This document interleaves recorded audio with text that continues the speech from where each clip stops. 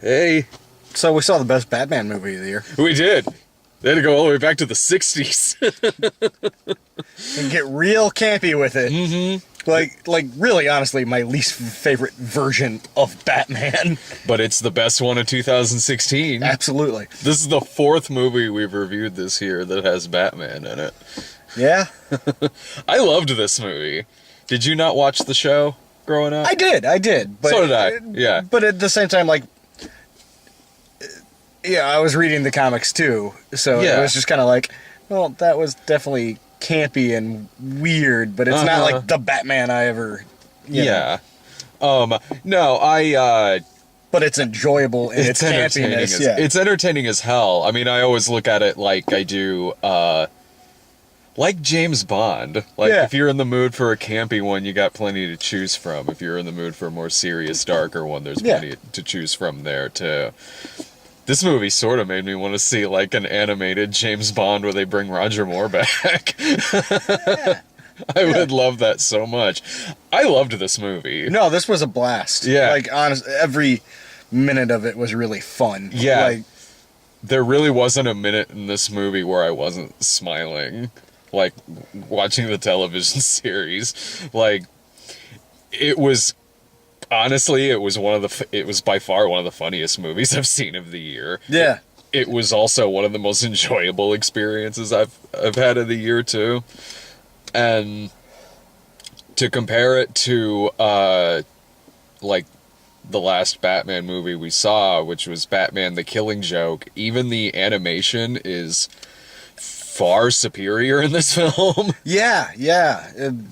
Much, much better in this. Yeah, it flows really nice. It's quite gorgeous to look at. Like, a lot of the exteriors can have sort of a like Batman the Animated Series look to it, but when you get into the characters and the fighting, it and the humor especially, it kind of feels sort of like Hanna-Barbera characters are existing inside of like a Batman the Animated Series universe.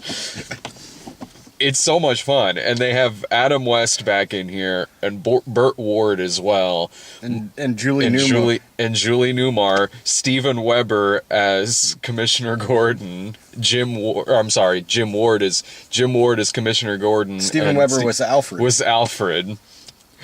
There's lots of really clever stuff in this movie because Yeah, whoever wrote it obviously watched every single episode of the TV series. Mm-hmm. And even beyond watching just the TV series too, there's a lot of good odes to even a lot of the movies as well. Yeah, and some random comic book references too. Yeah, it's a really clever flick. Like, you know, when the movie starts out and it really sets you in the mood for this kind of campier, much funnier Batman.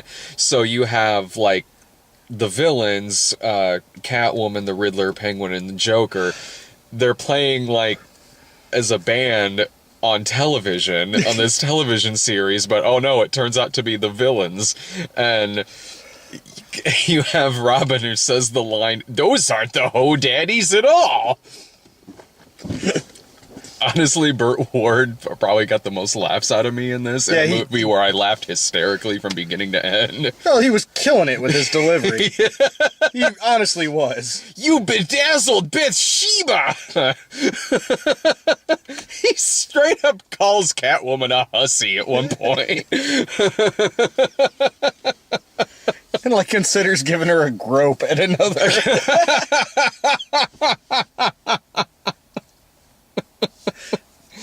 God damn. But it gets really clever because when it gets into the plot of this, a lot of it has to do with Batman being given this drug that turns him more evil and more serious. So there's some really smart comedy in this because he starts turning into sort of like a modern, like the darker Batman. Yeah, he starts turning into like the movie Batman, like a lot of the Batman you see in the movie. So there's a fight scene in it where he wants to kill them. Yeah, they're on a Russian space station. Yeah, And he's going to kill them, and he puts on brass knuckles. and says, "You want to get nuts? Come on, let's get nuts." He pulls out the "let's get nuts" line, beats the shit out of all of them with brass knuckles, and oh, don't worry, it's still doing the words on the screen, but it's saying stuff like fracture. And while he's doing it, he spits out the line which comic book geeks will probably get. He's like, "This isn't a space station, it's an operating table, and I'm the surgeon." Coming from Adam West's Batman. It was really clever. There's even a part where he gets knocked upside the head and he starts seeing like triple.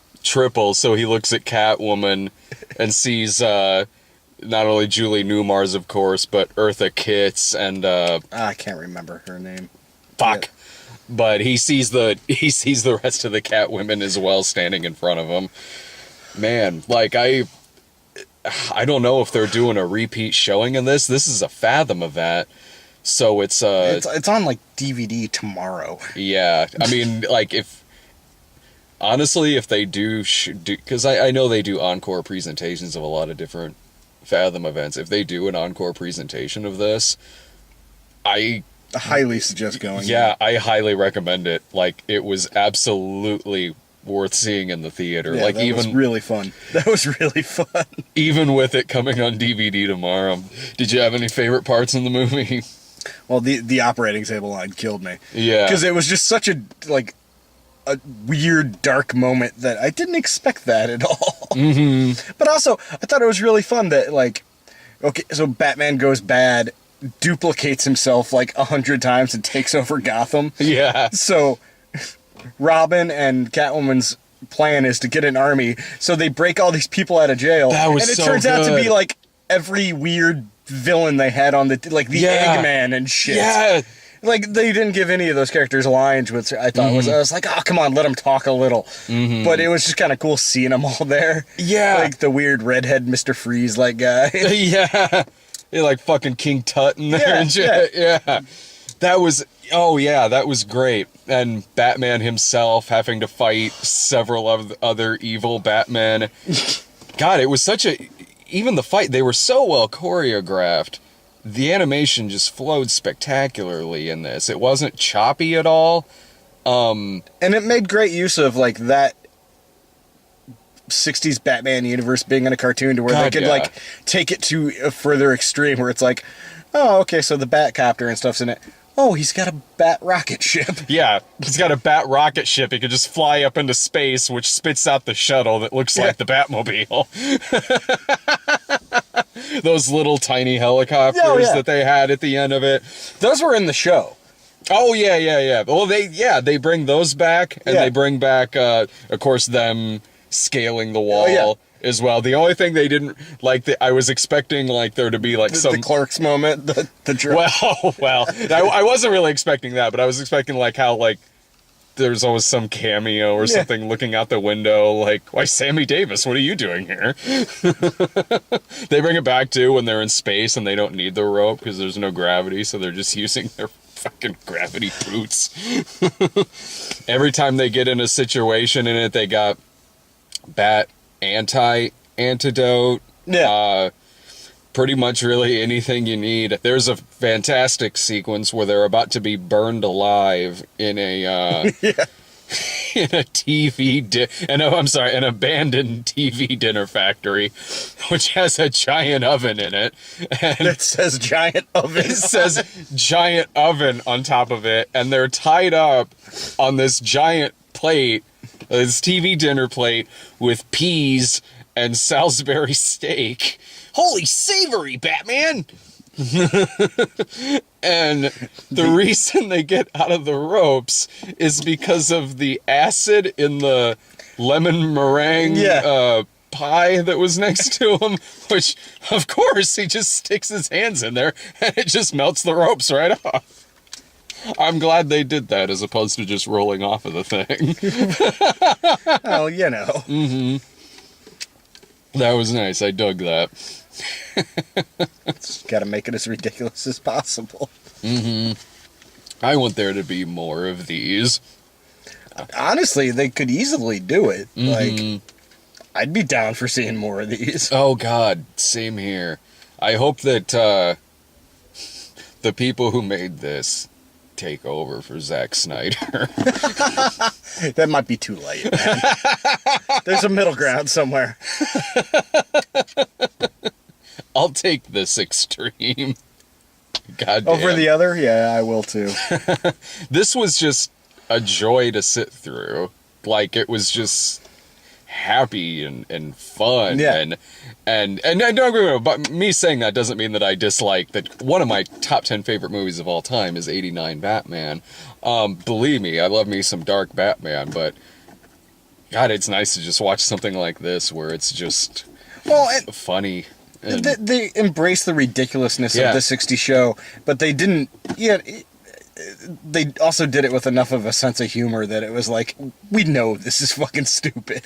yeah, they certainly know. I mean, honestly, kind of in the same way the 60s TV show, because it's like they know what they're making. Yeah. And I felt that way about this too. Like, this is certainly a love letter to the 60s TV series, but it just feels like it goes right along with the series. It doesn't go overboard with just straight out parodying it. And there are in-jokes, certainly. Yeah. There's in-jokes in it, definitely. But it really just feels like you're just watching a continuation of it 50 years later. Yeah. So I highly recommend this. And we might have something to look forward to in November. Before the movie started. Oh, yeah. I hope that comes to town. If it doesn't, I'm all about driving champagne. Yeah, I'll leave. By that time, we'll have the kid. Mm-hmm. I'll leave Sarah with the kid and be like, yeah, we're going to Champagne to see fucking Space Jam. So that's a Fathom event that's coming up.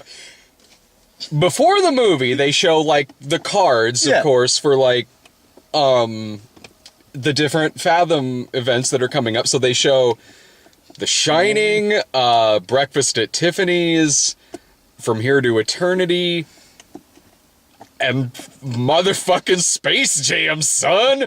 And everyone in the theater was just stopped whatever conversation they were having. And looked at, because it wasn't like a preview. It was just a card with the logo of the movie. Mm-hmm. And everybody got real quiet, and Brad and I are like, really? Yeah, well, yes. Like, for fucking what? And you just went, what? Why? And I was like, I think maybe it's the 20th anniversary? And you go, what does that fucking matter?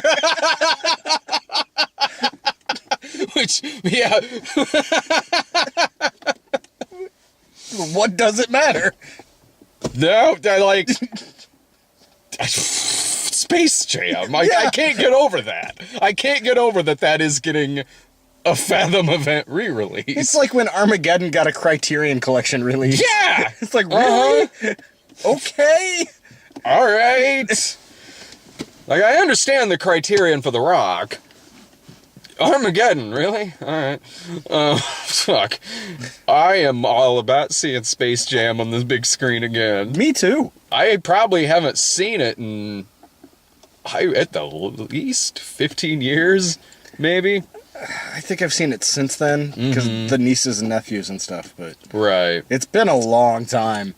That, Same. like, I've actually had to pay attention to Space Jam. Yeah, right. I really enjoy playing with you guys.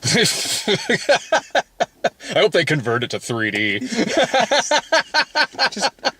It's our chance to see non-fat Charles Barkley again. Yes. Yes, it is. Holy shit, Muggsy Bogues on the big screen. About fucking time. Well, I wonder what Patrick Ewing's been up to.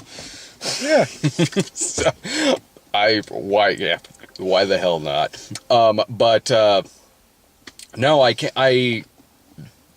There's plenty more I could quote about this movie, but I loved it. I loved it so much that I really don't want to heavily spoil a lot of things that are in it. It was just an absolute blast to see. It's a quick 80-minute sit. I guess it comes on DVD tomorrow, so it's worth picking up. It's totally worth picking up and checking out. It's worth seeing it in the theater if you have a if they do an encore of it. Yeah, definitely worth it. Any other final thoughts about it? No, enjoyable. Yeah. Like, honestly, Uh-huh. it's the best Batman thing this year. It is. Better than Dawn of Justice. Better Yeah. than Killing Joke. Mm-hmm. What was it? There was something else. Suicide Squad had Ah, Batman yeah, in it. yeah. And I didn't really dislike Suicide Squad, honestly, but this... Suicide Squad was heavily flawed, but it wasn't terrible. Yeah, I said that in the review, and I stick by that. Yeah. I realize there's a lot of well, not a lot, but like there's a couple things where like we talk about it directly after the movie, and then later on we're kind of like, maybe I was too hard on that, or maybe I was too easy on that. Now Suicide Squad, I'm still like, that was flawed as shit, but at least it was like, entertaining. At least it had character. Yeah, no, tragically flawed, but watchable. Yeah, this was better though. This is better than that. It absolutely, watch it and have a blast. See it.